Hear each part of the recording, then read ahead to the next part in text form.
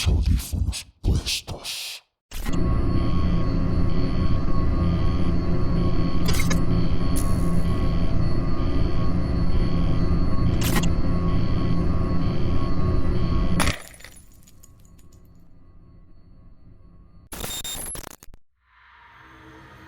El Aguizotl.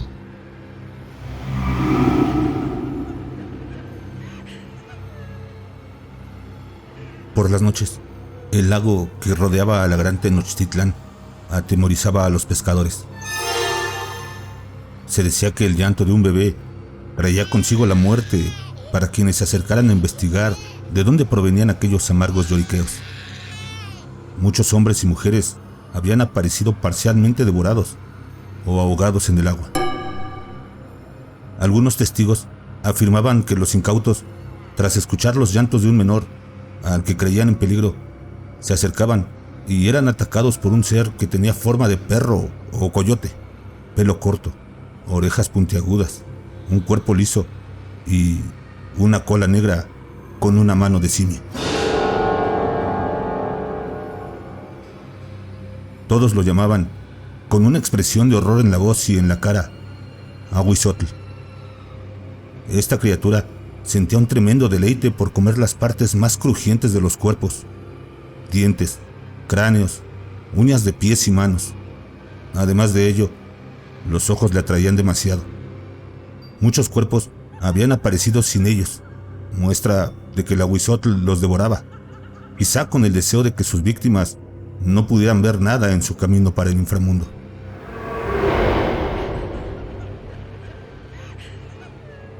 Su nombre se compone de la siguiente manera.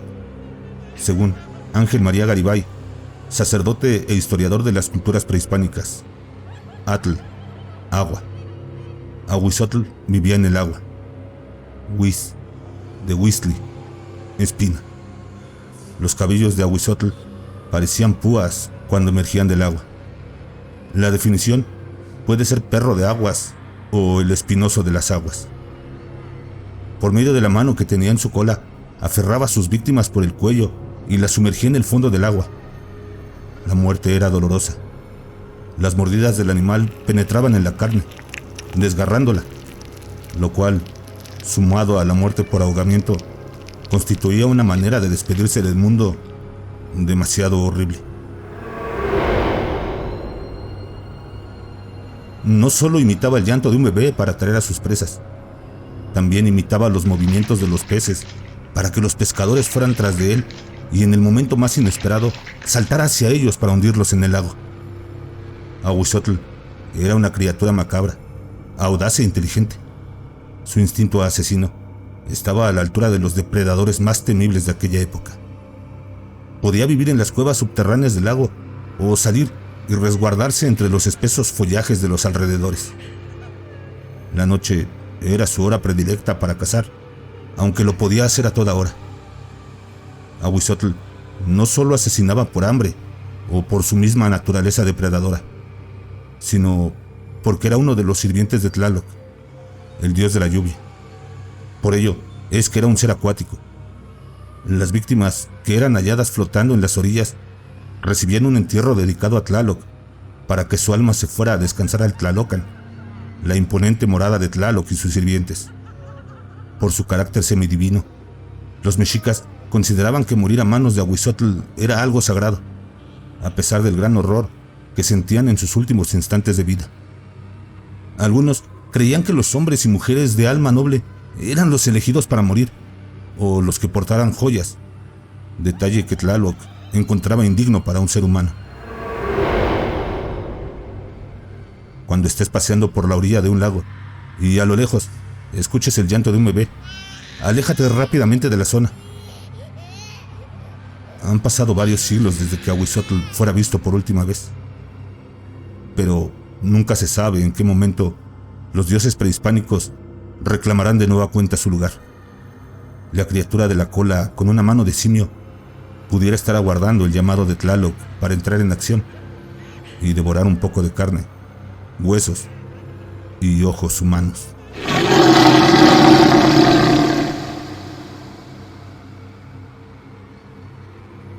Nahuatepuztli.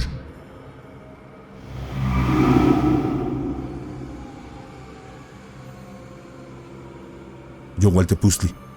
Solo escuchar a este ser causaba miedo entre la gente del pueblo. Se le relacionaba con un hacha por el sonido de una cortando un árbol. Esta leyenda es de las más antiguas de México. Se le conoce poco y se ha ido perdiendo con el tiempo por la falta de conocimiento al respecto. El dios Tezcatlipoca era conocido por ser amo y señor de lo que no se puede ver en la oscuridad. Fue dios, deidad mexica de la región norte de sus tierras antiguas, guardián de la noche y todas las cosas materiales, oponente de Quetzalcóatl. Se hablaba de la dualidad antagónica creada entre ellos en el terreno espiritual por el pueblo mexica, pues se sabe que en una leyenda el mundo fue creado por Quetzalcóatl y Tezcatlipoca, cuando solo existía el océano y un monstruo de la tierra que habitaba sus aguas. Ahora solo se hablará de Tezcatlipoca, de quien solían hacerse narraciones como un espíritu que corrompía a los hombres para hacer el mal, solo para probar sus mentes y recompensar la bondad de los que fueran fuertes ante sus tentaciones. Yohualtepuztli, del náhuatl Yohuali, noche, y Tepoztli, hacha, o hacha nocturna, o hacha de la noche, es el nombre que recibe esta maligna entidad. El que se atrevía a enfrentarlo terminaba muerto. Todos sabían eso, pero no faltaba el valiente que quisiera intentarlo. El espíritu de Tezcatlipoca se alimentaba del susto de las personas y cuando se encontraba aburrido, visitaba el mundo de los vivos, haciéndose llamar Yohualtepuztli. Espantaba a todo aquel que se le cruzara en el camino. En el libro Historia General de las Cosas de la Nueva España, de Bernardino de Sahagún, se habla sobre la forma en que esta criatura se hacía presente. Primero, a través del sonido lejano de algunos golpes, como si se estuviera cortando madera. De ahí su nombre, hacha nocturna. Muchos confundían esta entidad con un hombre cansado, cayendo en la trampa para acercarse. En repetidas ocasiones se encontraron cadáveres decapitados y en descomposición, tal y como representaban a este ser, que solo era un tronco y con el pecho abierto. Aquella persona que lograra verlo y se acercara lo suficiente como para tocarle su corazón saliente y palpitante era merecedor de algún favor o deseo. La mayoría palidecía de miedo al verlo. Caían desmayados o salían corriendo, pero eran alcanzados y asesinados por Yohualtepuztli. Por ello, solo los que pudieran arrancar con sus manos el corazón de este demonio podían pedir su petición. Tal vez mayor riqueza o fortaleza y mejores habilidades para la guerra. Lo interesante de Yohualtepuztli es que solo si él consideraba que lo merecía por ser personas honradas y con gran coraje, les otorgaba la buena fortuna. Y si no, por determinar cobardía o hipocresía, les daba todo lo contrario. Tezcatlipoca, disfrazado de este demoníaco ser, ofrecía a cambio de su libertad puntas o espinas de maguey, las que simbolizaban fortuna, fama y gloria. Los que regresaban a casa con más de 3 o 4 espinas eran reconocidos por su valentía y recompensas por enfrentarlo. Algunos hombres lograron sobreponerse al miedo, ser captores del ser de la noche, y no lo soltaban hasta que les entregaba las espinas.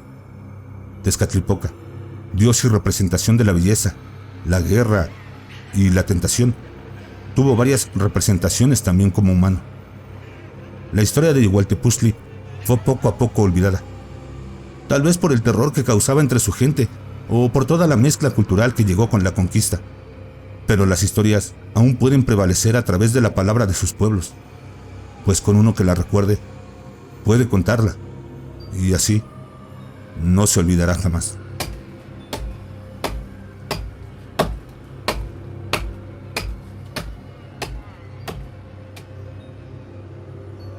Tlahuelpuchi.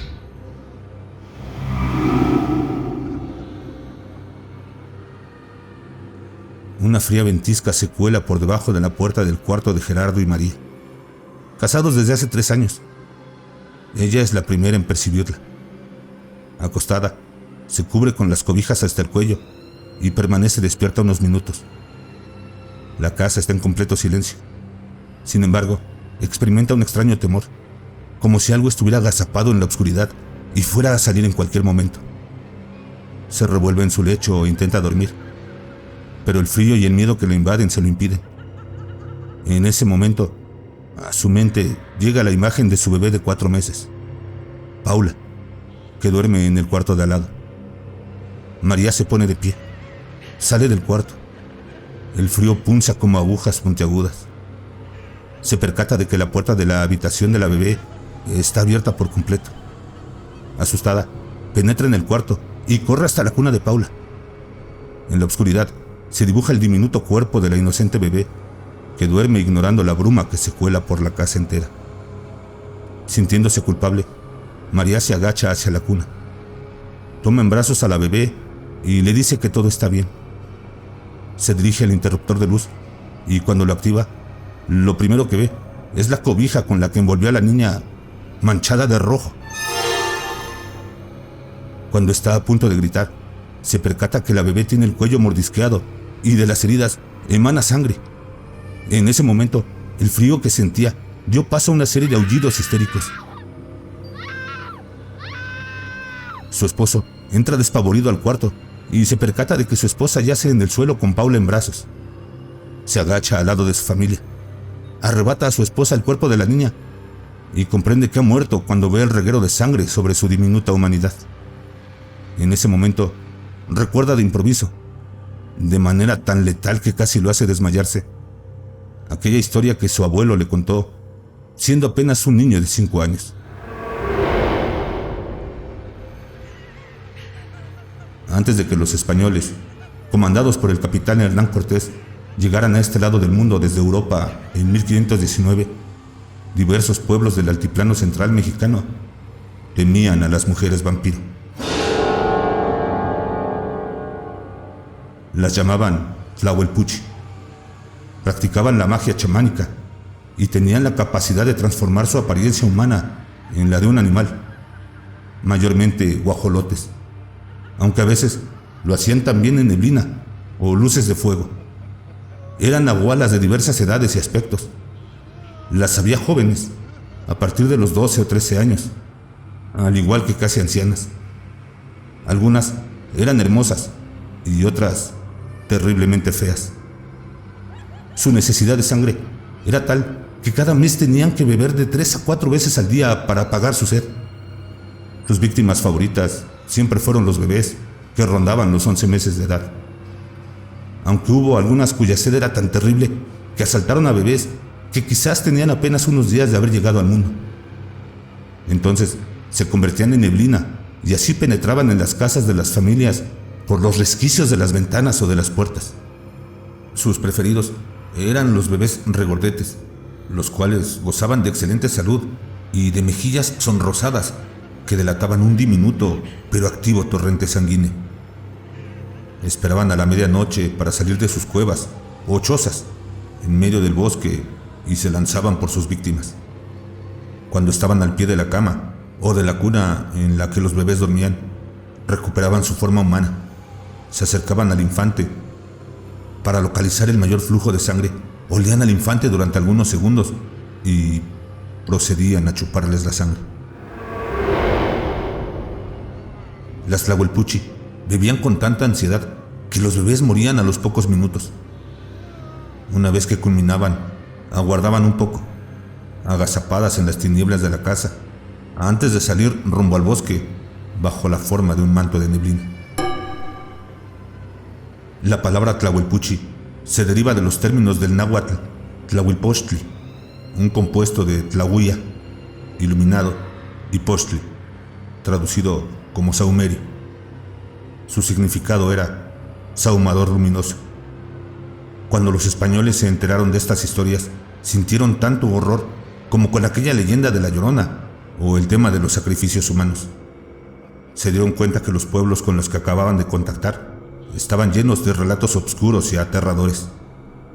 Se desconoce de dónde provenían estas mujeres perversas o qué maldición les dio la capacidad de cometer aquellos terribles actos.